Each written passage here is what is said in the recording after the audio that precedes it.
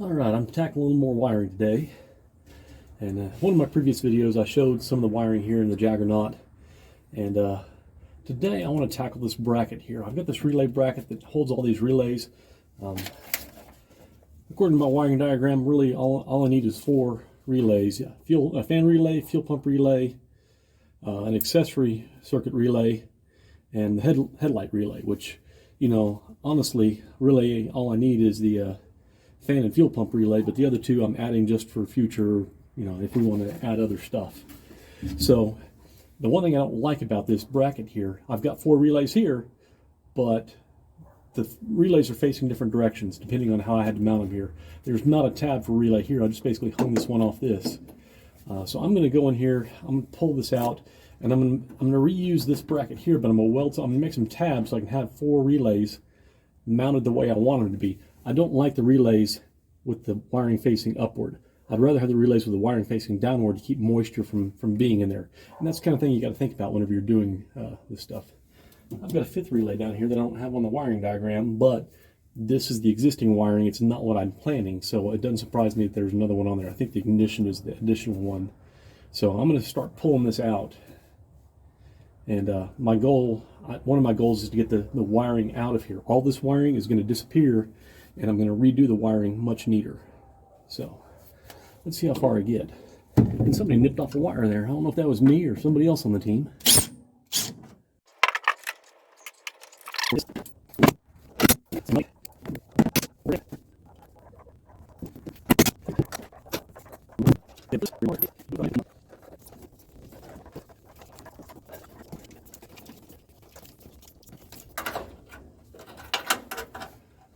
All right. Can I mount this the other way around? That's the question. And if I do, will I be able to get relays on and off? And it looks like I will. So I'm going to flip this upside down, and I'm going to grind these tabs. I'm going to straighten up this tab and make it to where the relay's straight up and down. You can see where it's been tweaked and bent. And I'm going to cut this one down to size for a relay. And I'm going to mount that upside down like that, and that'll be my relay center. Oh, I'd really like to put a stud right there. And I may do that. I may put a bolt in there. I may have to, well, I'd have to weld a nut, I think. I'll figure that out.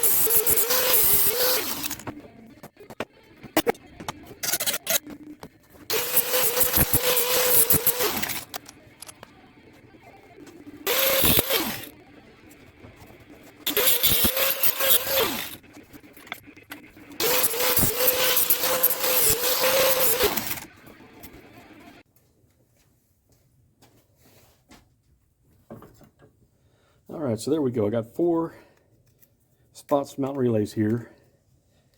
That one needs a little bit of clean up there in the corner. But other than that, they all fit nicely, snugly. Even though that one's got a little bit of a kick out there, it holds the relay fine. And granted, this is not the relay I'm going to use. These are Nissan relays that they mount actually upside down from typical relays because the tab's built into this instead of built into the socket. But I can use it for testing these because they all use the same size tab, and that's going to work nice. I didn't touch these 2 tabs at all. I basically cut that down from that wide tab. If you saw, I only shaved down one side. I left this side as it was, just, well, kind of.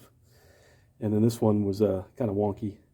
Got it cut to fit. So I'm going to deburr this side here and notch this side a little deeper, and that'll be done. Ready to bolt back in the car.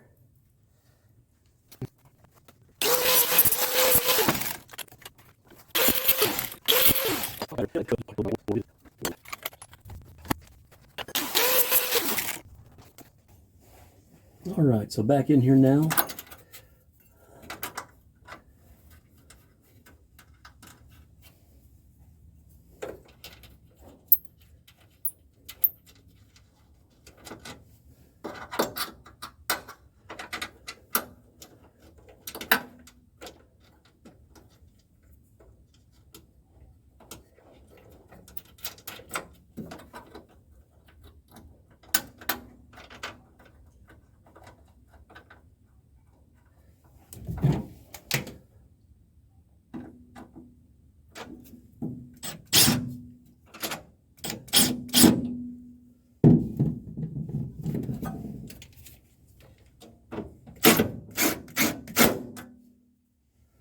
Alright, you notice I didn't put a whole lot of torque on that. That's as tight as it needs to be. That looks like it's going to fit right. It's going to be a little snug with the relay sockets back here, but I think that'll work. Yeah, they're not hitting on this piece here. The relays are right up top. So now all I got to do is just, whenever I get the sockets repinned, because I'm going to put new terminals in them, the new wires, I'll have all four mounted facing upwards. I'll have to replace that socket because it doesn't have a clip on it. I may have to go rob some sockets out of the junkyard. But I like that much better. Everything's oriented the same way, so I can have the wiring all going the same way. I don't have to do any crazy loops with stuff. So, all right, now to finish taking all this apart and rewire the car.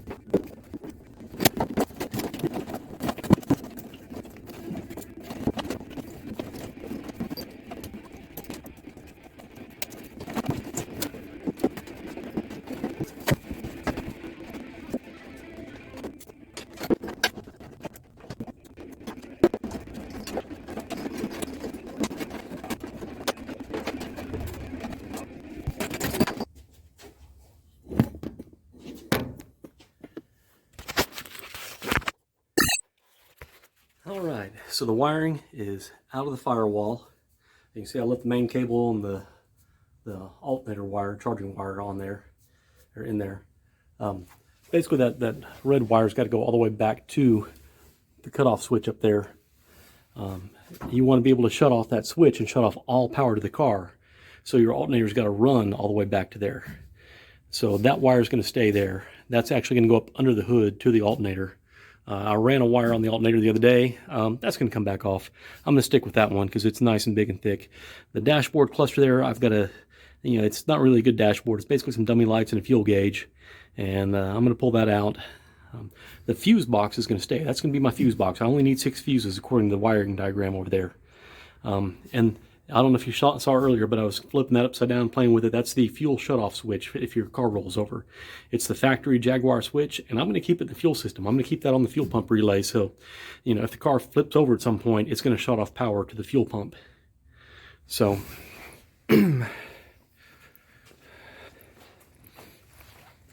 that's basically all the wiring you need to run a race car. I'm going to redo it with good colors. Some of these wires change color in them, in their runs, just because that's the Jaguar wiring I had on hand. So, more to come. And now that I'm done, it's time to police up my area before I stop for the day. You can see I've got all these zip ties and stuff that I'm pulling out. And as I was pulling them out, I figured I probably need to stop and shoot a video here. But when you're done working, you know, I could leave this stuff behind and just, you know, oh, I'll get that some other day. You won't do that. If you've got time, if you're wrapping up a little early and you got time, take the time to pick up all this trash. Get rid of it now, because otherwise you'll forget about it. You'll be in a hurry. You'll hit the racetrack and the zip ties be, you know, bouncing up and slapping you in the face, whatever. Take a moment. It doesn't take much. And now I've got a clean area to work in the next time. Clean-ish. Some of this stuff is just, you know, Jaguar nastiness. But so, anyways, thought I'd share that little tip with you. All right, I'm sitting here pulling these are the relay connectors out of the Jaggernaut. And if you see, I'm pulling the terminals out. I've got a bunch of these little brass connectors out in the shop. And whenever I rewire the car, I'm going to redo these terminals from scratch with the correct wire colors for what I want. So basically, let's see if we can see here. This wire that's down here on the bottom, see that little tab there on the top, that little hole? I'm going to take this screwdriver and I'm going to stick it down in it. Okay, I've got the screwdriver stuck in there. I'm going to apply some pressure that way with it. And that'll bend this little tab here down. It normally sticks up. You can see that one's still sticking up a little bit. And that locks it in place. Once you bend that tab down, you can pull them back out. So once you've bent it and got it pulled, you can just pull this out. I just had it loose a second ago. Just doing this for example. There we go. And it just comes right out. So I've got one more to do on this right there in the center. Oh, nope, not in the center, in the top. That one right there. And I'll have this connector done like the rest of these. And I've got one more to go. I'll have plenty of connectors to work with in the Jaggernaut.